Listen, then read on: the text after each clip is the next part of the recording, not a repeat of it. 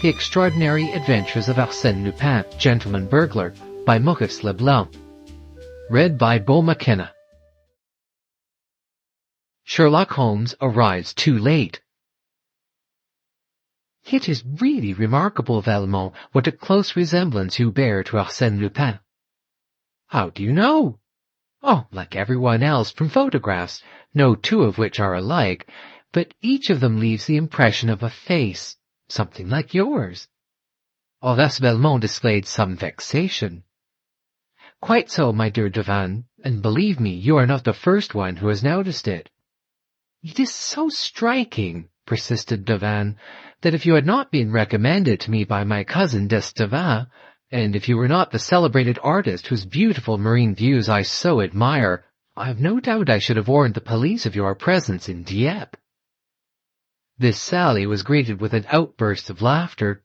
The large dining hall of the Château de Thibermesnil contained on this occasion, besides Velmont, the following guests: Father Gély, the parish priest, and a dozen officers whose regiments were quartered in the vicinity and who had accepted the invitation of the banker Georges Devan and his mother.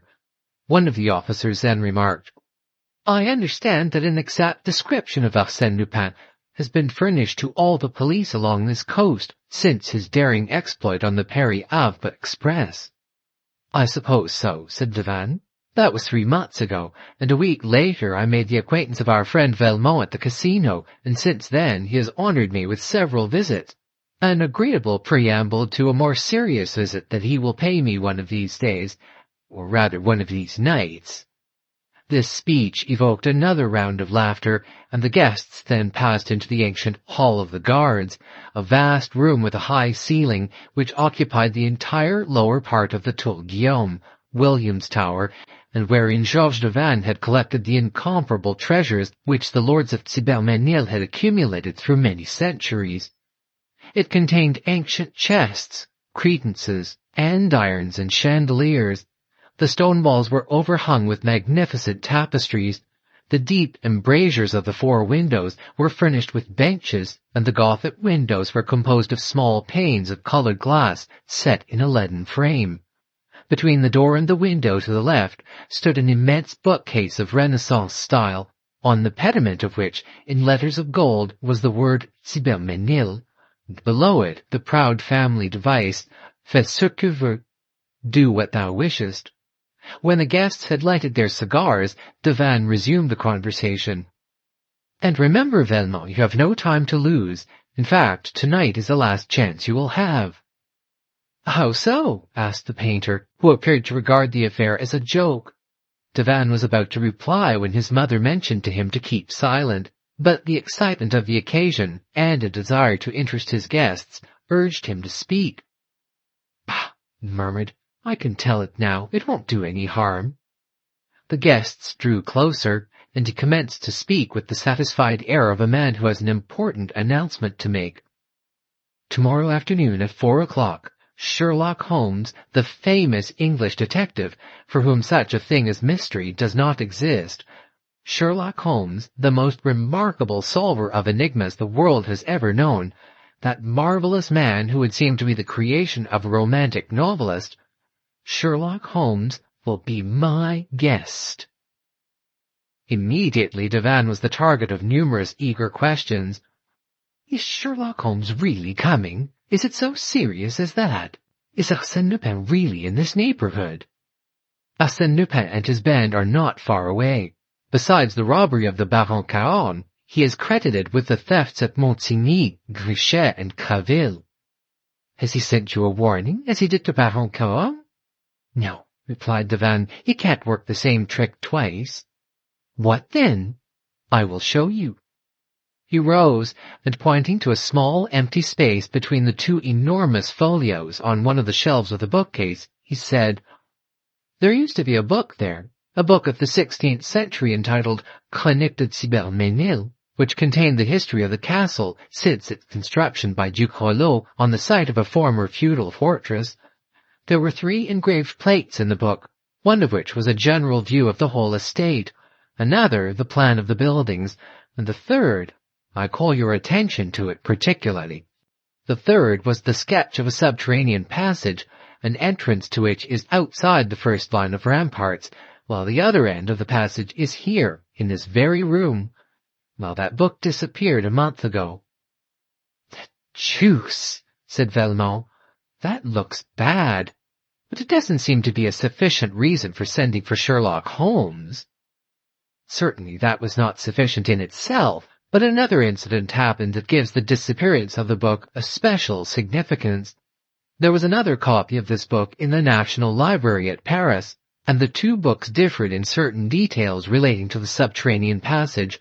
For instance, each of them contained drawings and annotations, not printed, but written in ink and more or less effaced.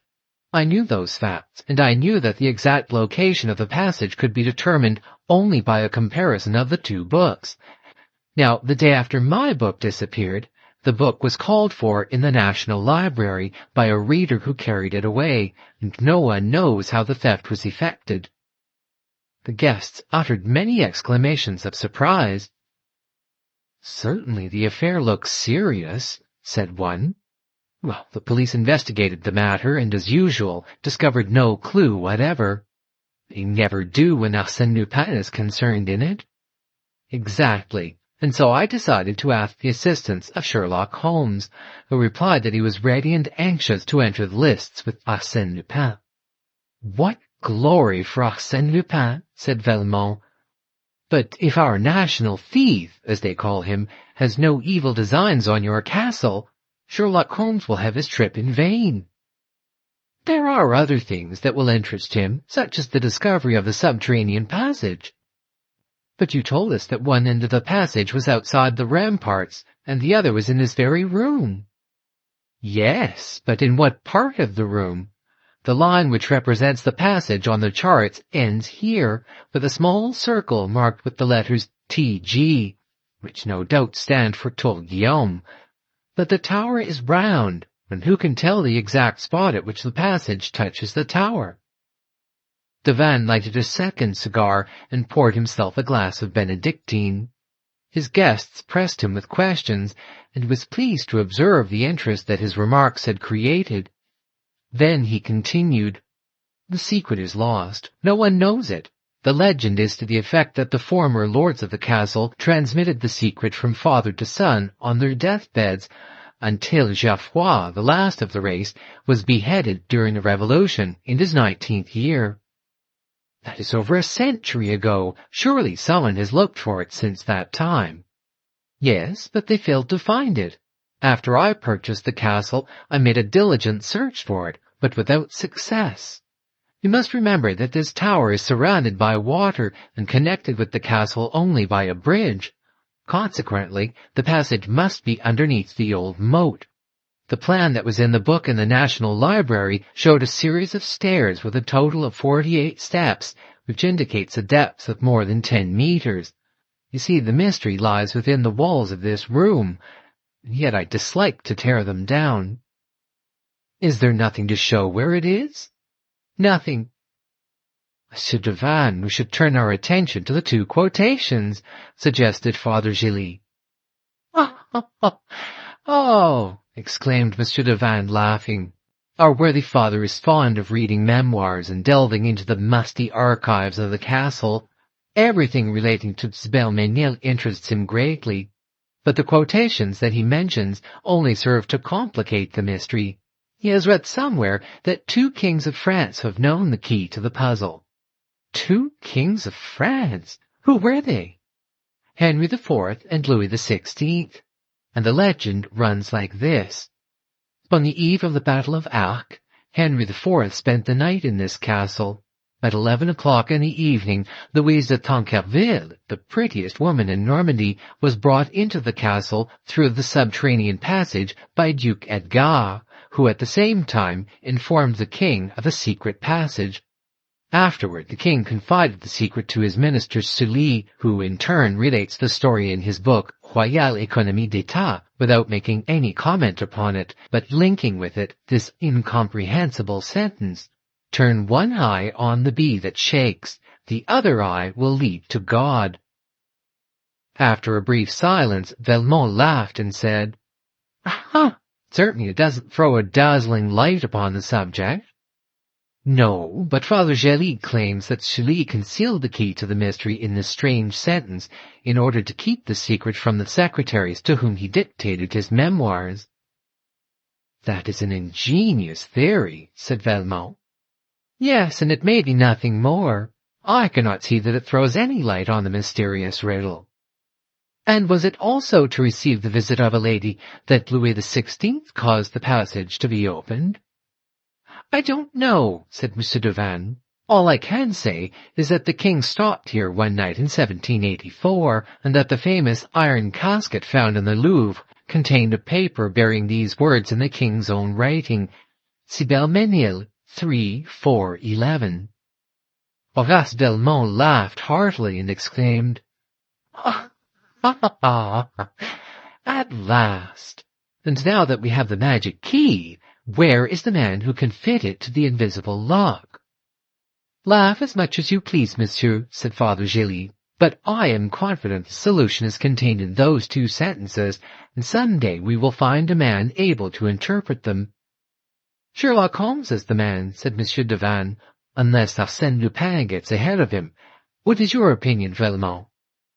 Velmont arose, placed his hand on Devanne's shoulder, and declared, I think that the information furnished by your book and the book of the National Library was deficient in a very important detail which you have now supplied. I thank you for it. What is it? The missing key.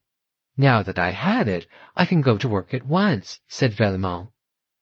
Of course, without losing a minute, said Devanne, smiling. Not even a second, replied Velmont.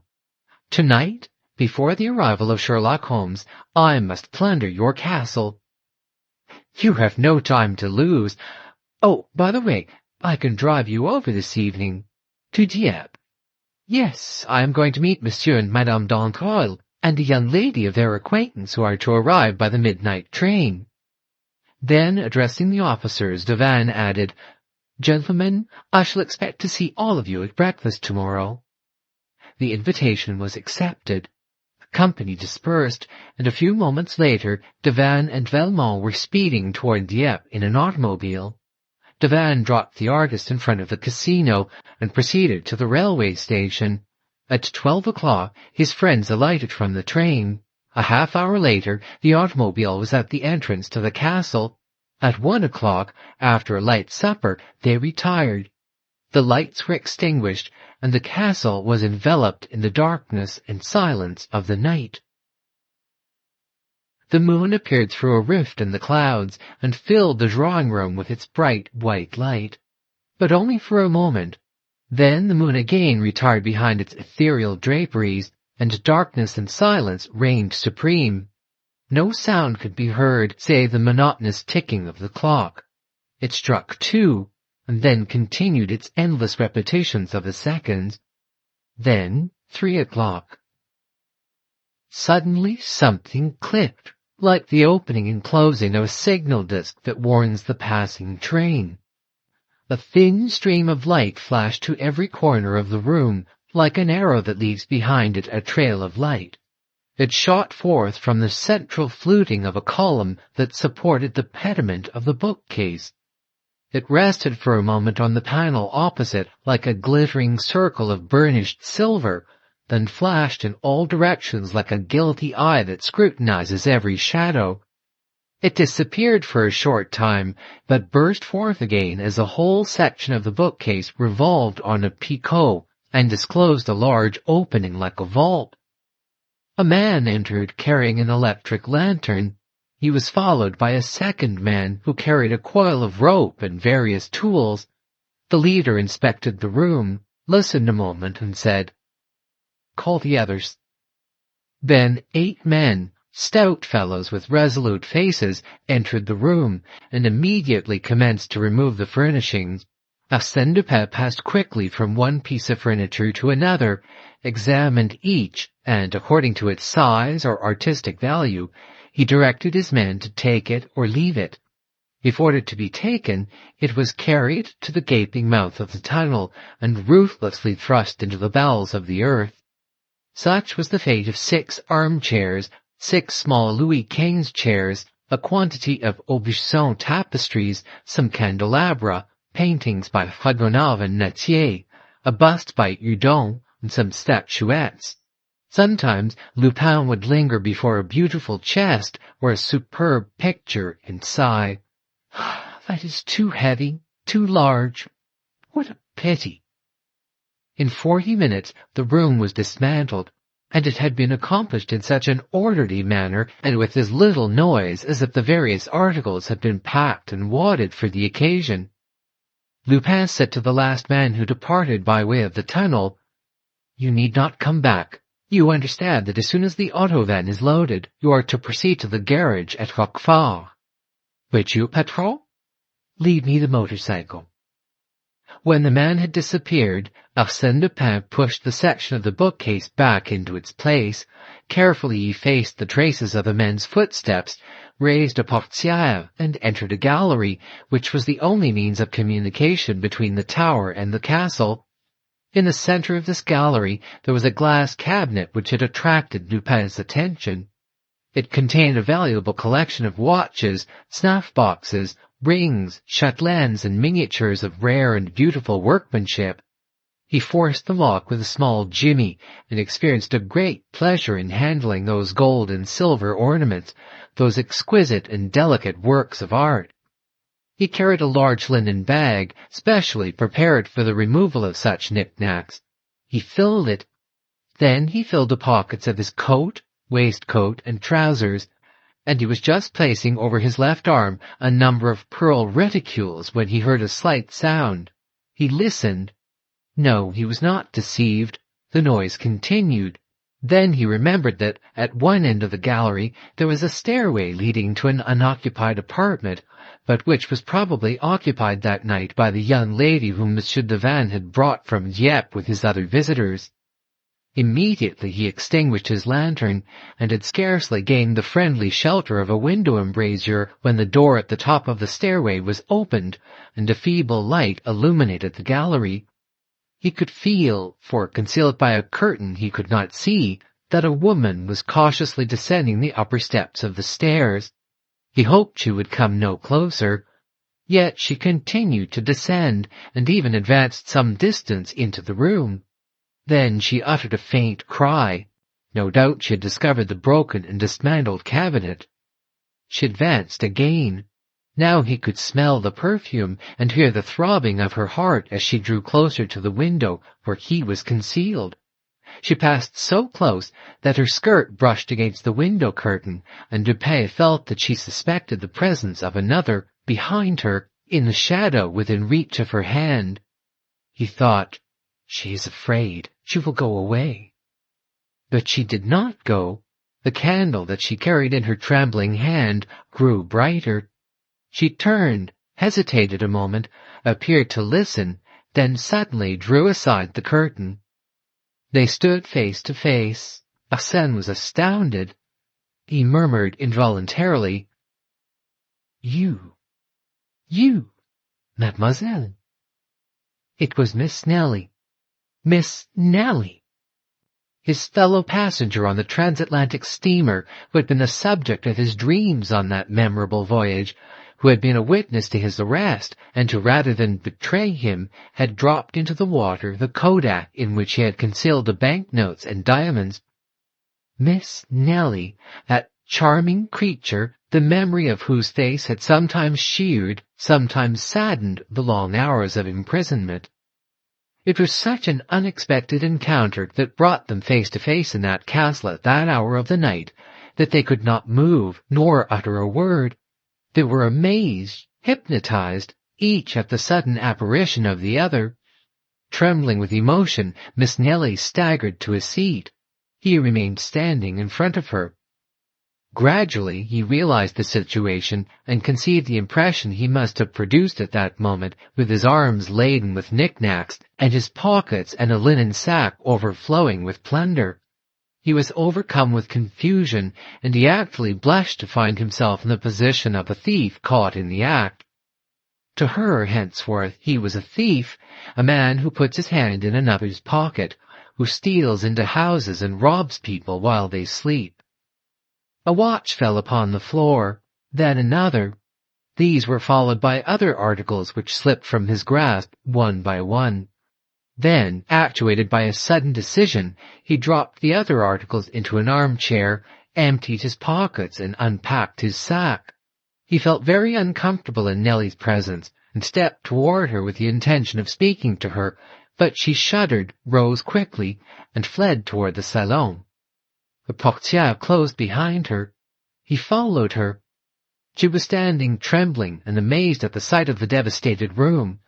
He said to her at once, "Tomorrow at 3 o'clock everything will be returned. The furniture will be brought back."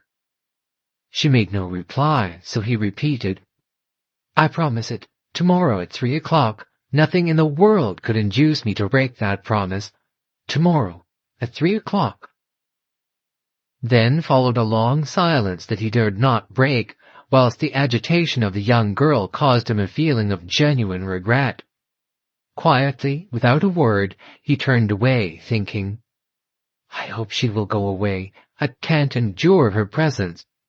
But the young girl suddenly spoke and stammered, "Listen. Footsteps. I hear someone." He looked at her with astonishment. She seemed to be overwhelmed by the thought of approaching peril. "I don't hear anything," he said. "But you must go. You must escape." "Why should I go?" "Because you must. Oh, do not remain here another minute. Go!" She ran quickly to the door leading to the gallery and listened. No, there was no one there. Perhaps the noise was outside. She waited a moment, then returned reassured. But Arsène Lupin had disappeared. As soon as M. Devanne was informed of the pillage of his castle, he said to himself, "It was Velmont who did it, and Velmont is Arsène Lupin." That theory explained everything, and there was no other plausible explanation. And yet the idea seemed preposterous. It was ridiculous to suppose that Velmont was anyone else than Velmont, the famous artist, and clubfellow of his cousin Estevan. So when the captain of the gendarmes arrived to investigate the affair, Devanne did not even think of mentioning his absurd theory. Throughout the forenoon there was a lively commotion at the castle. The gendarmes, the local police, the chief of police from Dieppe, the villagers, all circulated to and fro in the halls, examining every nook and corner that was open to their inspection. The approach of the maneuvering troops, the rattling fire of the musketry, added to the picturesque character of the scene. The preliminary search furnished no clue. Neither the doors nor windows showed any signs of having been disturbed. Consequently, the removal of the goods must have been effected by means of the secret passage. Yet there were no indications of footsteps on the floor, nor any unusual marks upon the walls. Their investigations revealed, however, one curious fact that denoted the whimsical character of Arsène Lupin. The famous chronique of the 16th century had been restored to its accustomed place in the library, and beside it there was a similar book, which was none other than the volume stolen from the National Library. At 11 o'clock, the military officers arrived. The van welcomed them with his usual gaiety, for no matter how much chagrin he might suffer from the loss of his artistic treasures, his great wealth enabled him to bear his loss philosophically. His guests, Monsieur and Madame d'Androl and Miss Nellie, were introduced, and it was then noticed that one of the expected guests had not arrived. It was Horace Velmont. Would he come? His absence had awakened suspicions of Monsieur Devanne. But at 12 o'clock he arrived. Devanne exclaimed, "Ah, here you are." "Why, am I not punctual?" asked Velmont. "Yes, and I am surprised that you are, after such a busy night. I suppose you know the news." "What news?" "You have robbed the castle." "Nonsense," exclaimed Velmont, smiling. "Exactly as I predicted. But first escort Miss Underdown to the dining-room. Mademoiselle, allow me." He stopped as he remarked the extreme agitation of the young girl. Then, recalling the incident, he said, "Ah, of course you met Arsène Lupin on the steamer before his arrest, and you are astonished at the resemblance. Is that it?" She did not reply. Velmont stood before her, smiling. He bowed. She took his proffered arm. He escorted her to her place, and took his seat opposite her. During the breakfast, the conversation related exclusively to Arsène Lupin, the stolen goods, the secret passage, and Sherlock Holmes. It was only at the close of the repast, when the conversation had drifted to other subjects, that Velmont took any part in it. Then he was by turns amusing and grave, talkative and pensive, and all his remarks seemed to be directed to the young girl. But she, quite absorbed, did not appear to hear them. Coffee was served on the terrace overlooking the Court of Honor and the flower garden in front of the principal façade. The regimental band played on the lawn, and scores of soldiers and peasants wandered through the park. Miss Nelly had not forgotten for one moment Lupin's solemn promise. Tomorrow at 3 o'clock, everything will be returned.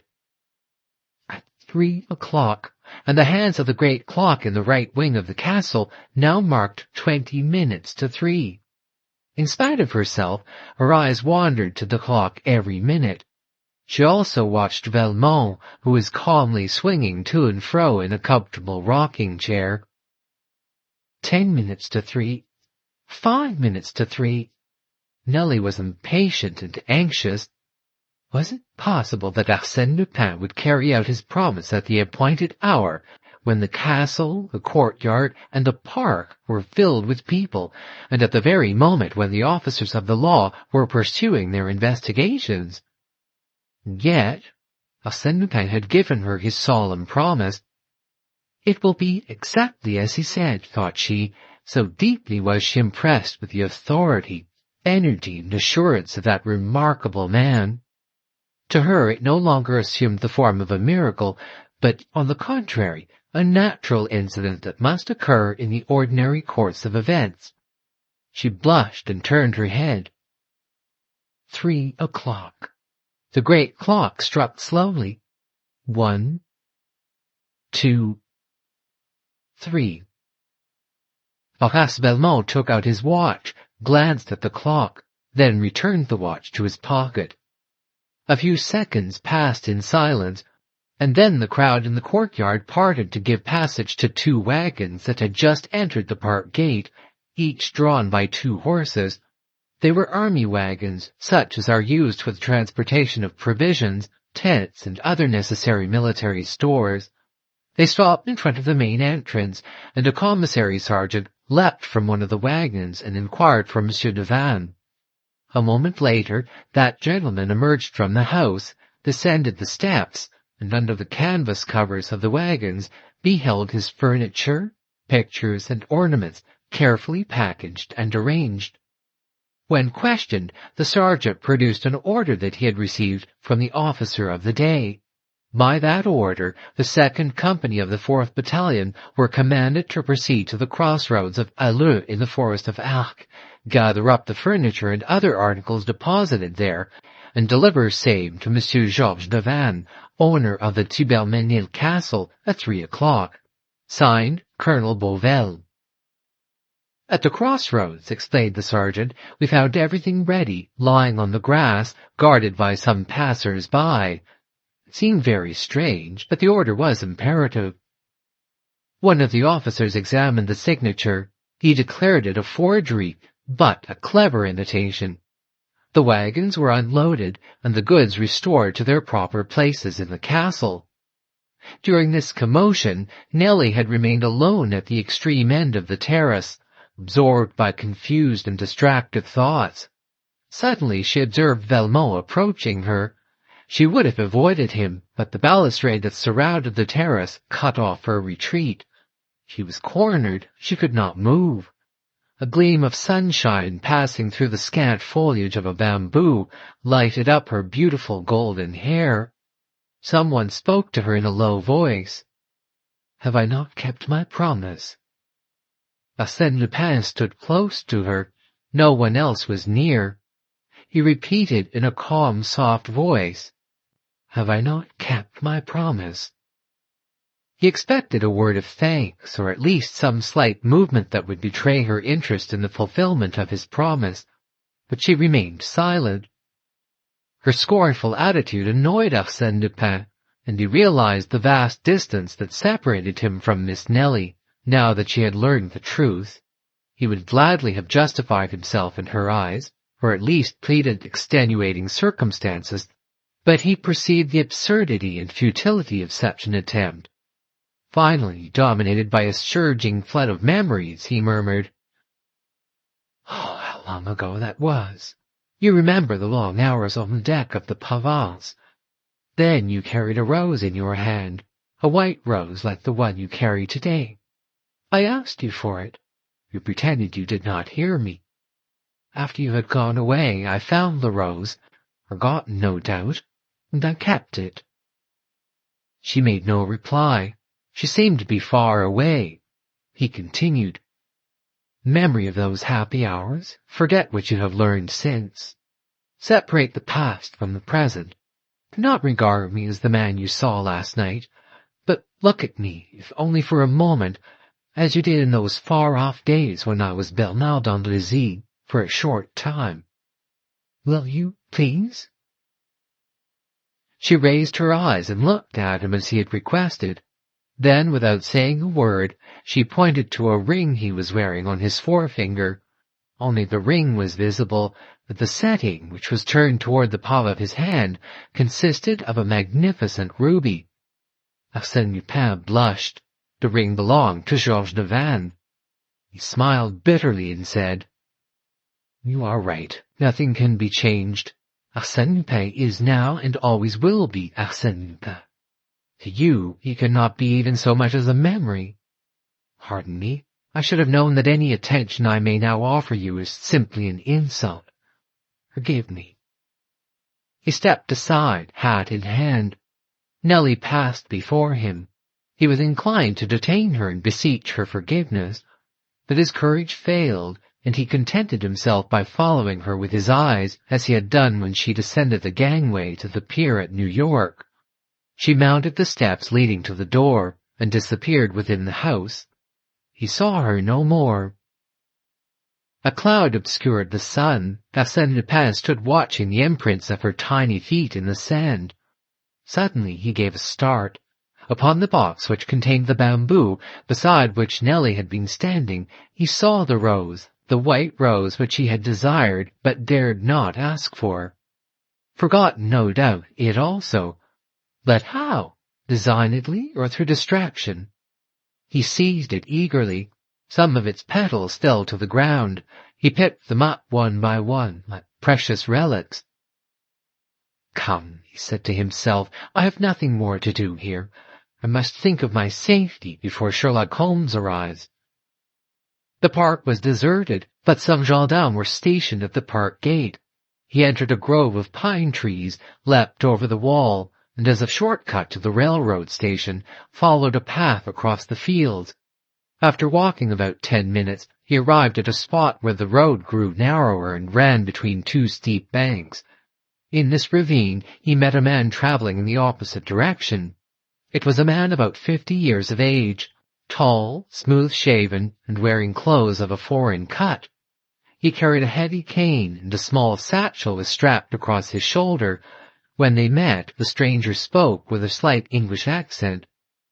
"Excuse me, monsieur, is this the way to the castle?" "Yes, monsieur, straight ahead, and turn to the left when you come to the wall. They are expecting you." "Ah! Yes, my friend de Vannes told us last night that you were coming, and I am delighted to be the first to welcome you. Sherlock Holmes has no more ardent admirer than myself." There was a touch of irony in his voice that he quickly regretted, for Sherlock Holmes scrutinized him from head to foot with such a keen, penetrating eye that Arsène Lupin experienced the sensation of being seized, imprisoned, and registered by that look more thoroughly and precisely than he had ever been by a camera.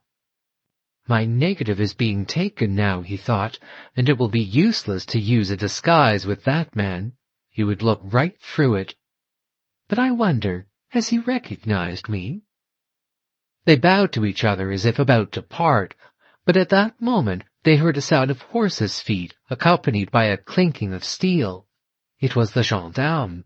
The two men were obliged to draw back against the embankment amongst the bushes to avoid the horses. The gendarme passed by, but as they followed each other at a considerable distance, they were several minutes in doing so, and Lupin was thinking, "It all depends on that question. Has he recognized me? If so, he will probably take advantage of the opportunity.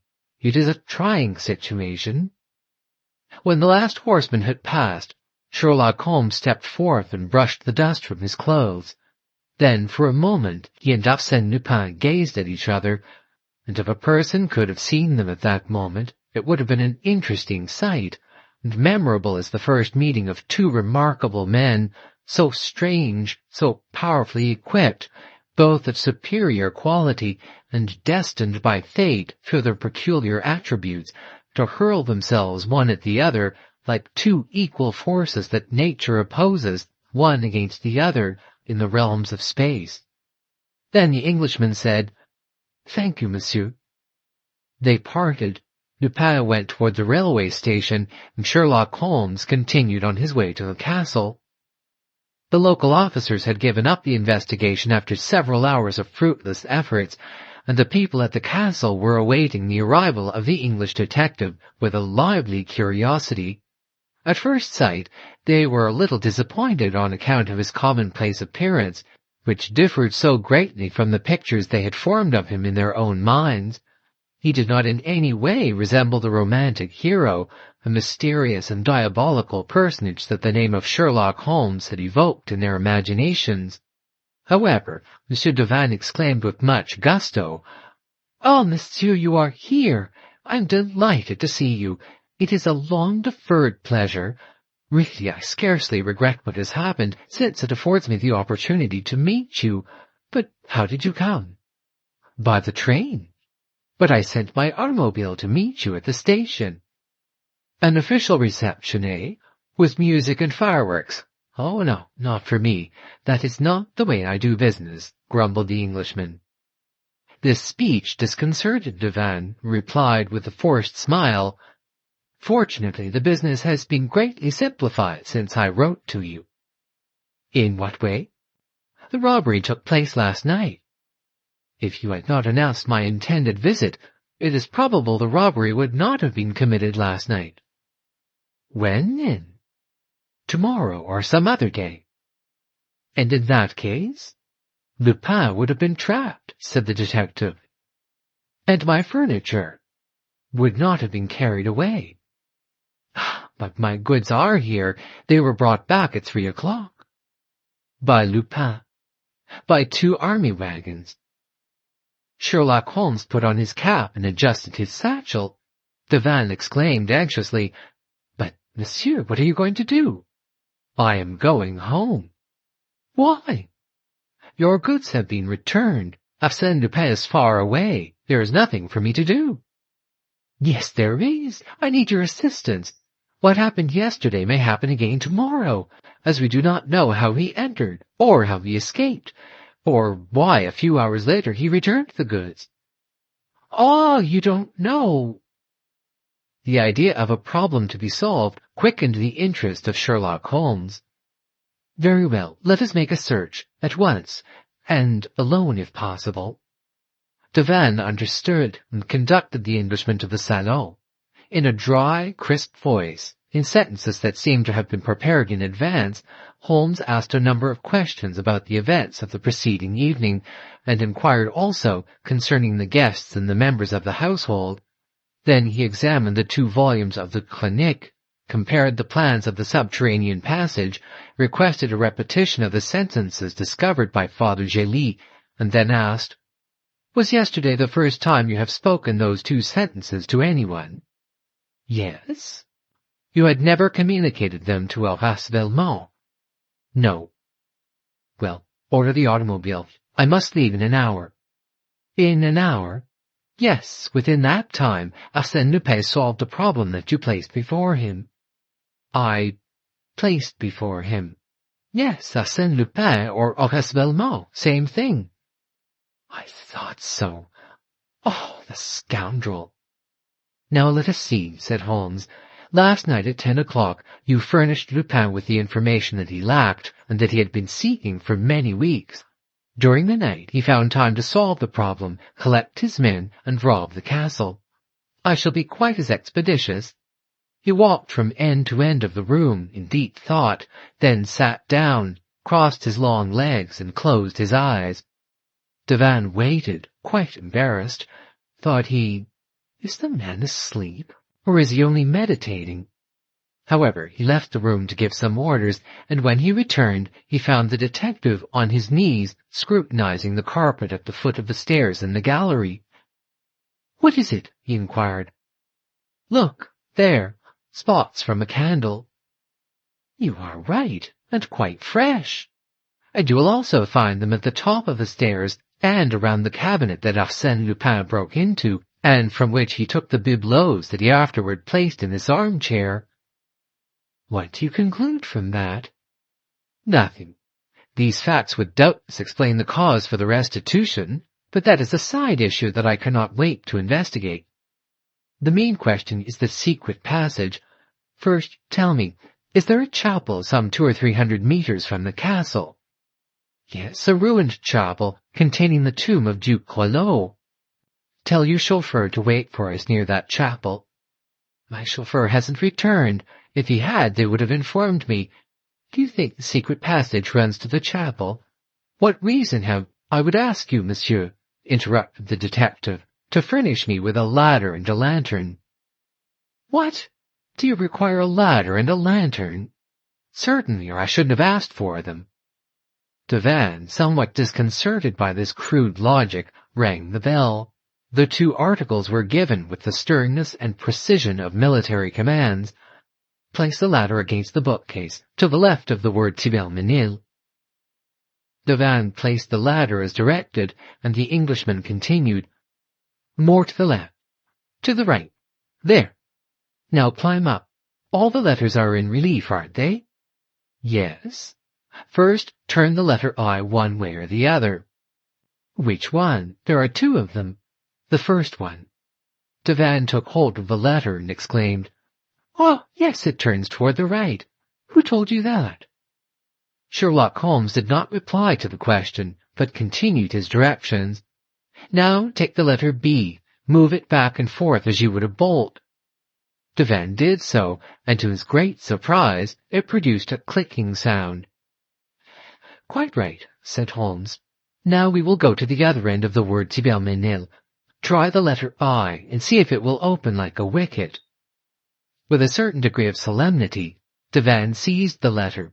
It opened, but Devanne fell from the ladder, for the entire section of the bookcase, lying between the first and last letters of the words, turned on a picot and disclosed the subterranean passage.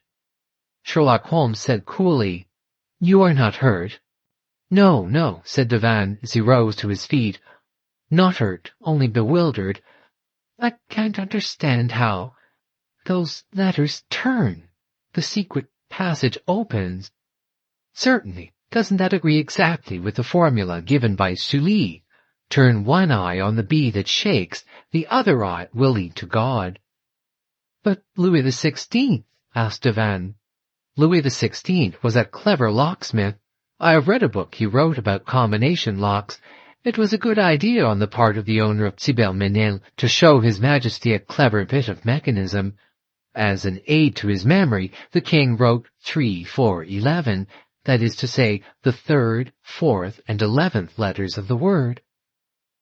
Exactly, I understand that. It explains how Lupin got out of the room, but it does not explain how he entered, and it is certain he came from the outside. Sherlock Holmes lighted his lantern and stepped into the passage. Look, all the mechanism is exposed here like the works of a clock, and the reverse side of the letters can be reached. Lupin worked the combination from this side, that is all.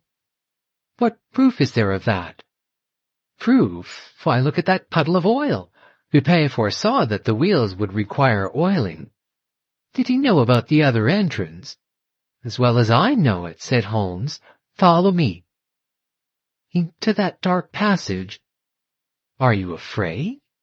No, but are you sure you can find the way out? With my eyes closed. At first they descended 12 steps, then 12 more, and farther on 2 other flights of 12 steps each. Then they walked through a long passageway, the brick walls of which showed the marks of successive restorations, and in spots were dripping with water. The earth also was very damp. We are passing under the pond, said Devanne, somewhat nervously. At last they came to a stairway of 12 steps, followed by 3 others of 12 steps each, which they mounted with difficulty, and then found themselves in a small cavity cut in the rock. They could go no further. Juice, muttered Holmes. Nothing but bare walls. This is provoking. Let us go back, said Devanne. I have seen enough to satisfy me. But the Englishman raised his eye and uttered a sigh of relief. There he saw the same mechanism in the same word as before. He had merely to work the 3 letters. He did so, and a block of granite swung out of place. On the other side, this granite block formed the tombstone of Duke Rollot, and the word Thibermesnil was engraved on it in relief. Now they were in a little ruined chapel, and the detective said, "The other eye leads to God. That means to the chapel." "It is marvelous," exclaimed Devanne, amazed at the clairvoyance and vivacity of the Englishman. "Can it be possible that those few words were sufficient for you?" "Bah!" declared Holmes. "They weren't even necessary. In the chart in the book of the National Library, the drawing terminates at the left, as you know, in a circle, and at the right, as you do not know, in a cross. Now that cross must refer to the chapel in which we now stand." Poor Devanne could not believe his ears. It was all so new, so novel to him. He exclaimed, "It is incredible, miraculous, and yet of a childish simplicity. How is it that no one else has ever solved the mystery?" "Because no one has ever united the essential elements, that is to say, the 2 books and the 2 sentences. No one but Arsène Lupin and myself. But Father Gély and I knew all about those things, and likewise." Holmes smiled and said, "Monsieur Devanne, everybody cannot solve riddles." "I've been trying for 10 years to accomplish what you did in 10 minutes. Bah, I'm used to it." They emerged from the chapel and found an automobile. "Ah, there's an auto waiting for us." "Yes, it is mine," said Devanne. "Yours? You said your chauffeur hadn't returned." They approached the machine, and Monsieur Devanne questioned the chauffeur. "Edouard, who gave you orders to come here?" "Why, it was Monsieur Velmont." "Monsieur Velmont? Did you meet him?" "Near the railway station, and he told me to come to the chapel." "To come to the chapel? What for?" "To wait for you, monsieur, and your friend." Devanne and Holmes exchanged looks, and Monsieur Devanne said, "He knew the mystery would be a simple one for you. It is a delicate compliment." A smile of satisfaction lighted up the detective's serious features for a moment. The compliment pleased him. He shook his head as he said, "A clever man. I knew that when I saw him." "Have you seen him?" "I met him a short time ago, on my way from the station." "And you knew it was Horace Velmont? I mean, Arsène Lupin." "That is right. I wonder how it came. No, but I suppose it was from a certain ironical speech he made."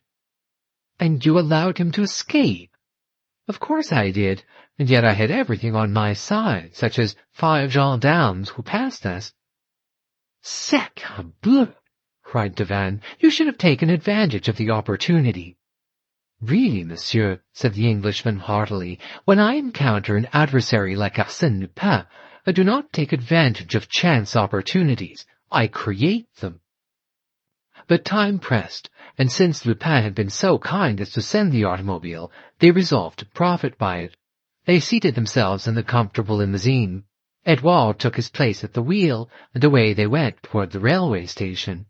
Suddenly, Devanne's eyes fell upon a small package in one of the pockets of the carriage. "Ah, what is that? A package. Whose is it? Why, it is for you." "For me?" "Yes, it is addressed Sherlock Holmes from Arsène Lupin." The Englishman took the package, opened it, and found that it contained a watch. "Ah!" he exclaimed with an angry gesture. "A watch," said Devanne. "How did it come there?" The detective did not reply. "Oh, it is your watch. Arsène Lupin returns your watch. But in order to return it, he must have taken it." "Oh, I see. He took your watch. That is a good one. Sherlock Holmes's watch stolen by Arsène Lupin. Monsieur, that is funny. Really, you must excuse me. I can't help it." He roared with laughter, unable to control himself. After which he said in a tone of earnest conviction, "A clever man indeed." The Englishman never moved a muscle. On the way to Dieppe he never spoke a word, but fixed his gaze on the flying landscape. His silence was terrible, unfathomable, more violent than the wildest rage. At the railway station he spoke calmly, but in a voice that impressed one with the vast energy and willpower of that famous man. He said, "Yes, he is a clever man, but some day I shall have the pleasure of placing on his shoulder the hand I now offer to you, Monsieur Devanne. And I believe that Arsène Lupin and Sherlock Holmes will meet again some day. Yes, the world is too small. We will meet. We must meet. Then..." End of The Extraordinary Adventures of Arsène Lupin, Gentleman Burglar. Sherlock Holmes Arrives Too Late by Maurice Leblanc. Read by Beau McKenna.